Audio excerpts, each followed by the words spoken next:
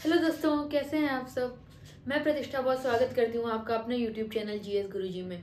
दोस्तों, आज हम जानेंगे जो हमारी शिक्षा मंत्रालय मिनिस्ट्री ऑफ एजुकेशन ने एक गाइडलाइन जारी की है, कोचिंग संस्थानों के लिए जो दिशा निर्देश जारी किए हैं, जो 16 साल से कम उम्र के बच्चों के लिए कोचिंग बैन कर दी गई है। तो आज हम उसको डिस्कस करेंगे क्योंकि ये करंट का इशू है, तो ये आपको जानना जरूरी है।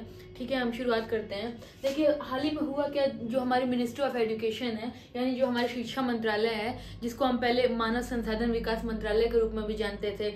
देखिए, सबसे पहले इनिशियली इसका नाम शिक्षा मंत्रालय ही था, मिनिस्ट्री ऑफ एजुकेशन। फिर बाद में 1980s के अराउंड जो है इसमें अमेंडमेंट हुआ था और इसका नाम मानव संसाधन विकास मंत्रालय रख दिया गया था, ministry of human resource and development. ठीक है, MHRD। लेकिन फिर अभी वापस से इसका नाम मिनिस्ट्री ऑफ एजुकेशन हो गया है। तो जो शिक्षा मंत्रालय है उसको काफ़ी टाइम से ये जो है कोचिंग संस्थानों की मनमानी के बारे में काफ़ी शिकायतें मिल रही थी सरकार को कि वो जो है मनमाने ढंग से फीस वसूलते हैं और कोई उनका रेगुलेटरी अथॉरिटी नहीं है। वो जैसे मन वैसे पढ़ाते हैं, उतने घंटे की क्लास लेते हैं, सुबह में रात में लेट, चाहे जैसे भी चीज़ें हैं, और बच्चों पे बहुत ज़्यादा मानसिक दबाव आता है, जिसकी वजह से आपको बताते चलें कि सिर्फ एक साल में, पिछले साल 2023 में कोटा में जस्ट इन 1 ईयर आप सोच के देखिए 26 बच्चों ने आत्महत्या की। 26 बच्चों ने आत्महत्या, 26 आत्महत्याएं। तो जो आपका कोटा है, जिसको हम IIT फैक्ट्री भी कहते हैं, वो जो है सुसाइड फैक्ट्री बन गई थी। तो आप सोच के देखिए कि बच्चों के ऊपर कितना प्रेशर आता रहा होगा। जो 14-15 साल के बच्चे हैं, वो जो है उनको जो है पेरेंट्स भेज दे रहे हैं कोचिंग करने के लिए घर से इतनी दूर, और वो ये इस प्रेशर को हैंडल नहीं कर पा रहे हैं। ये सारी चीज़ें हो रही थी। आप सोच के देखिए 26 बच्चे जिन घरों के रहे होंगे, वहाँ पे क्या सिचुएशंस होंगी। ठीक है, तो कहीं ना कहीं इस पूरे सिस्टम को रेगुलेट करने के लिए जो है सरकार ने ये कदम उठाया। जो कोचिंग इंस्टीट्यूट्स अपनी मनमानी करते हैं, भ्रामक वादे करते हैं, झूठे पोस्टर्स लगा देते हैं कि और सिलेक्शन की गारंटी दे देते हैं, तो इन सारी चीज़ों पे बैन करने के लिए ये डायरेक्शंस ये हमारे जो है मिनिस्ट्री ऑफ एजुकेशन ने दिए। तो इसमें इन्होंने क्या कहा है कि देखिए, हमारा शिक्षा मंत्रालय ये निर्देश दिया है कि 16 वर्ष से कम के बच्चों को कोचिंग में नहीं आप जो है रजिस्ट्रेशन करा सकते हैं, नहीं आप पढ़ा सकते हैं। ठीक है, तो 16 वर्ष का ये एक क्राइटेरिया है, और इसके अलावा 10वीं के पहले आप जो है प्रतियोगी परीक्षाओं की तैयारी नहीं करा सकते हैं। अगर 10वीं के बाद ही जो है, अगर किसी कॉम्पिटिटिव एग्जाम जैसे IIT एंट्रेंस या फिर नीट मेडिकल एंट्रेंस, इस सब चीज़ों के लिए, तो ये दोनों क्राइटेरिया आपका। एक तो 16 वर्ष से कम के बच्चों को आप कोचिंग नहीं पढ़ा सकते हैं, ना आप एडमिशन करा सकते हैं। ठीक है, और इसके अलावा 10वीं के बाद ही आप प्रतियोगी परीक्षा की तैयारी कर सकते हैं।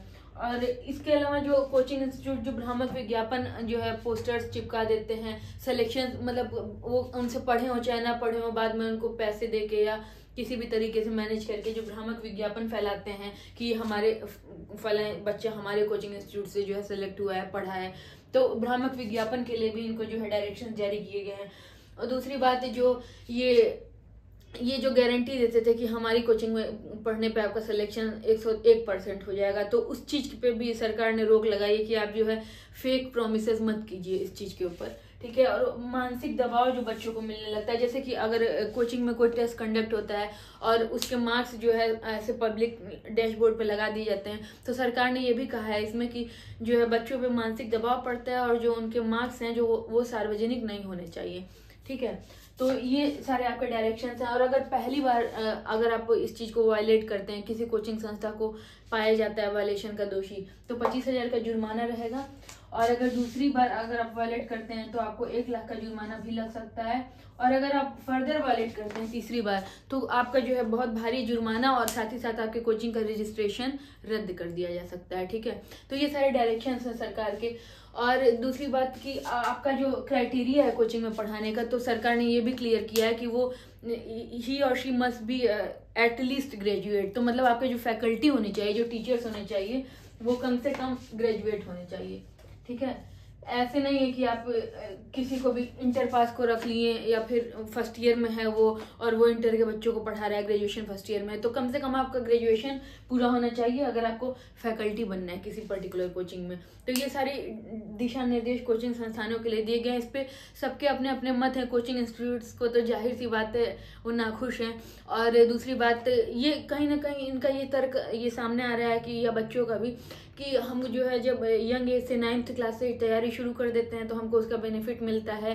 तो हर सिक्के के दो पहलू होते हैं, कुछ फ़ायदे भी थे और स्कूलों में पढ़ाई का स्टैंडर्ड उतना नहीं है, लेवल नहीं है, तो जो है कोचिंग से हम चीज़ों को मैनेज करते थे और हमारी प्रिपरेशन अच्छी होती थी। लेकिन फिर वही बात है, उसका नुकसान भी है कि कई सारी सरकारी स्कूलों में भी जो है टीचर जो स्कूल में नहीं उतनी एफिशिएंसी से पढ़ाते थे, वो कोचिंग में अपना बेटर परफॉर्मेंस बेस्ट देते थे बच्चों को। तो वो अब वो सारी चीज़ें छोड़ के वो अपने स्कूल में फोकस्ड होकर पढ़ाएंगे, इसके आगे चल के आपको फ़ायदे भी देखने को मिलेंगे। ठीक है, तो ये सारी न्यूज़ थी जो आपसे डिस्कस करनी थी और उम्मीद करती हूँ आपको समझ में आया होगा ये सारा जो टॉपिक का कॉन्टेक्स्ट है, क्यों किया गया और इसके क्या क्या कंसिक्वेंसेस हो सकते हैं। ठीक है, इन्फॉर्मेशन अच्छी लगी हो तो प्लीज़ शेयर और सब्सक्राइब कीजिएगा। मिलती हूँ नेक्स्ट वीडियो में।